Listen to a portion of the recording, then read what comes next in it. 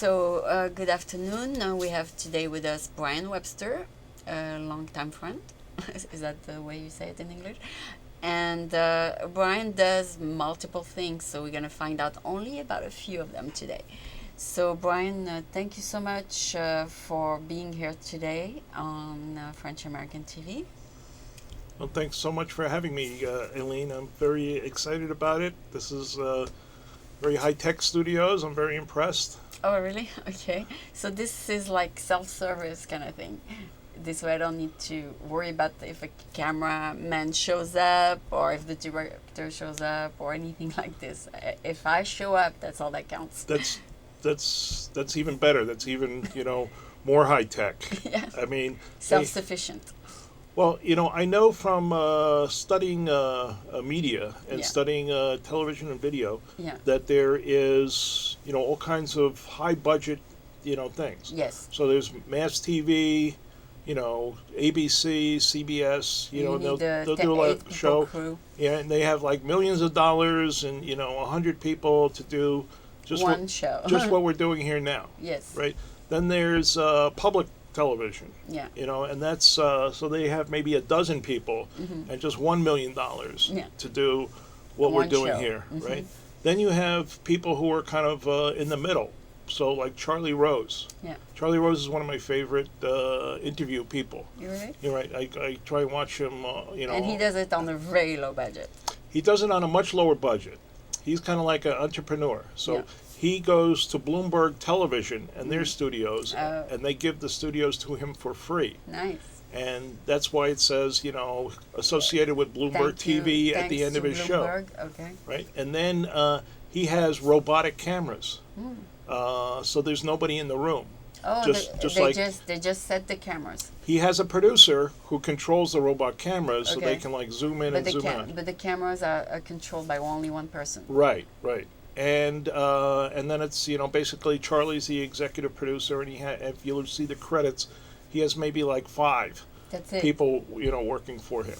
Nice. But it's a but even better than that is this. Yeah. This is much more accessible to people and producers. Actually, I used to be at Channel 29 where we used to have a crew of 8.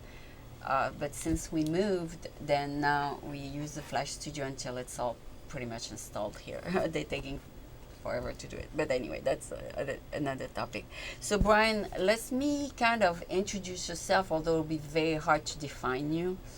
I would say that you are multifaceted and you do many things. So let's talk about what you do now, and then maybe we'll touch on a few of the things you have done in the past.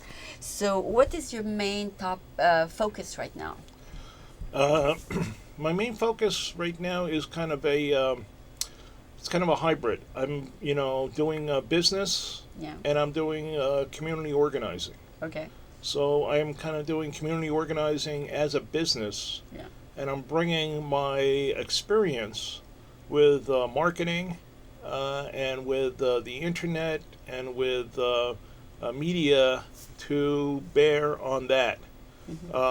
What's the name of the project?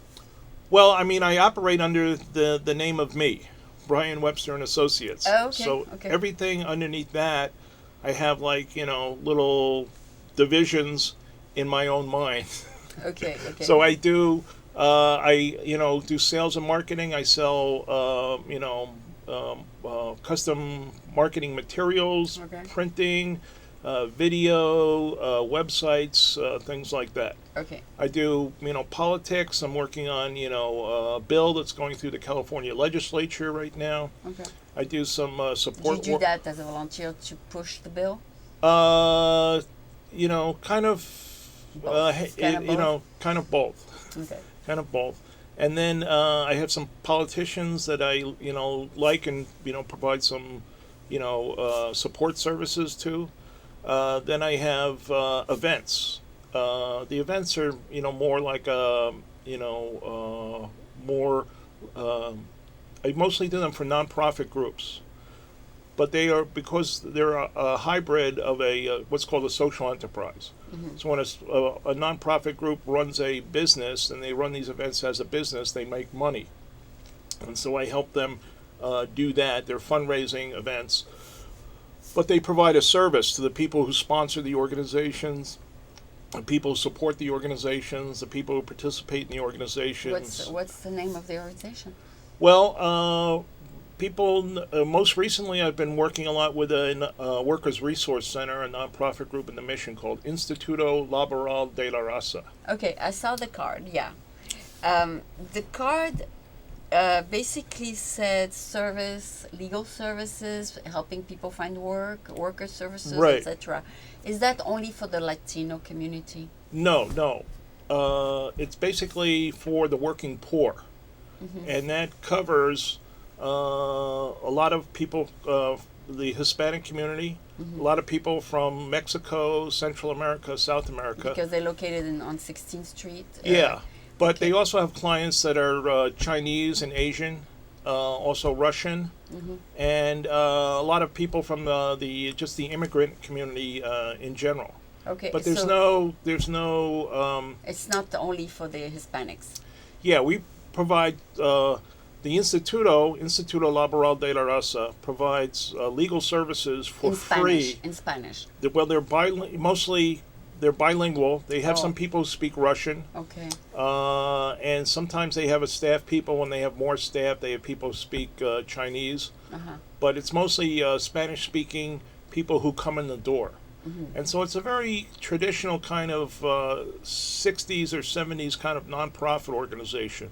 Very low How old budget. is the organization? The organization is over 30 years old. Okay, so that's 1980.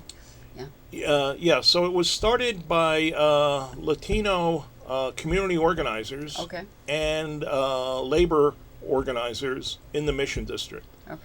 And it was started to defend workers, low-income working poor people who couldn't be defended by labor unions. Okay. And they were getting aggrieved in the workplace, screwed in the workplace, Oh, okay. So discriminated they go against, okay. fired, and for no good reason. They So were not getting paid. So They were getting harassed, and then sometimes they have even more. They'd be getting injured. Oh. Anything from a small injury to a very serious injury. And they didn't have anybody to Turn to. talk. Yeah. Right. Okay. So the Instituto provides free legal services to For enforce these the people. California labor laws. Okay. So I'll give you an example. We'll have people who might be an immigrant. Mm-hmm. Okay, they're from Central America. They're here in the United States, and they might be documented. They might be undocumented. They might be living with someone who's documented or undocumented. And they'll go on work on a construction site, a small job site. They'll be working in a construction site with 5 or 6 people. They'll be working in a kitchen with maybe 10 people. They'll be working with a sewing shop with or garment place with 20 people. Normally, for a labor union to get involved in organizing a workplace, you have to have more people. You have to have 50, 100 people Okay. at least for a labor union to send in an organizer and Start sign people up something. in a labor union so that they can defend themselves. Okay. They will then be organized. They know the laws, and they know contracts, and Okay. they can defend themselves. The Instituto is for small people who are unorganized in these small situations. Okay. So, like in a construction site, they may take this person and they may pay him for a few weeks. Mm-hmm. And then they will not pay him for a few weeks. So what do they do? Then they'll pay him after a few weeks, for a few weeks, and then they will not pay him for a month So what or do- 2 months. So the worker. So then the has- worker goes to the person and he says, "Hey, I can't hang on anymore. I need to pay me for these last 2 months." And the person will say, "Hey, listen, just go away. You're fired. Stop Really? bothering me. I know that you're not documented, or maybe your wife is not documented. So just Shut up. and go away." So they hear about the Instituto and they come to the Instituto. The Instituto is open from 8 in the morning till 8 at night, 5 days a week, and by Okay. appointment on the weekend. Okay. And they take They try to defend these people. they enforce the California labor laws. So you come to the Institute and you say, "Hey, I was working for this contractor, this construction company and they didn't pay me for the last 2 months, and they just told me to go away." The Okay. Institute will say, So "Okay, that's very good. well, that's against the California labor laws, Mhm. and we will take your do the paperwork on you, do an intake on you. We will represent you and take your case to the California Labor Commissioner. So that worker will know about them from word of mouth? Word of mouth. We have a kind of like a sandwich sign on 16th Street. We're right next to the 16th Street BART. Right. And then we've been around for 30 years. Okay. So it's a big kind of word of mouth thing. Mm-hmm. Plus, we have a big ground floor storefront operation. And so we have this kind of traditional media. Okay. Sign on the street, word of mouth, that kind of thing. Okay. So since you're not a lawyer, I assume, what is your role in all of that? Okay. So I came to the Instituto originally to promote their annual fundraising event. Okay. They found me. I found them through Craigslist. Okay. They put an ad in and said, hey, we have a big annual fundraising event. We need somebody to help with this. And so I showed up, and it was kind of an impressive event. What happened was that because the Instituto now, their board of directors is made of all of people from labor unions. Okay. And the officers are either what's called rank and file people from labor unions. And because of that, they decided a long time ago that their annual awards event or their annual fundraising dinner would be a kind of a labor community awards event. Okay. And that's what they asked me to come and promote, and that's what I've been doing for the last 5-6 years. That long? Okay. So it's grown up and become a very big thing now. It used to be kind of a thing in San Francisco, then a big thing in California, and now it's gotten so big that we've actually rebranded the event as a National Labor/Community Awards. It's a dinner, but it's actually a summit because there's so many people that come. There's like 900, 1,000 people who come to this event. It's at a big hotel, one of the 2 or 3 biggest hotels in San Francisco. Finished recently, right? Yeah, we just had one in February. Okay, and is it twice a year? No, just once a year. Okay. It usually takes place on the Friday before the President's Day weekend. Okay. Holiday. We try and schedule it during what's called a congressional break period. Okay. So that we can because we give out a Congressional Leadership Award. Mm-hmm. 2007, we gave an award to the new Speaker of the House, Nancy Pelosi. Before that, it was Barbara Lee. This year, we gave a Congressional Leadership Award to Barbara Boxer. We've given it to Hillary Clinton in the past. So this little organization... make people conscious of the Latino community. But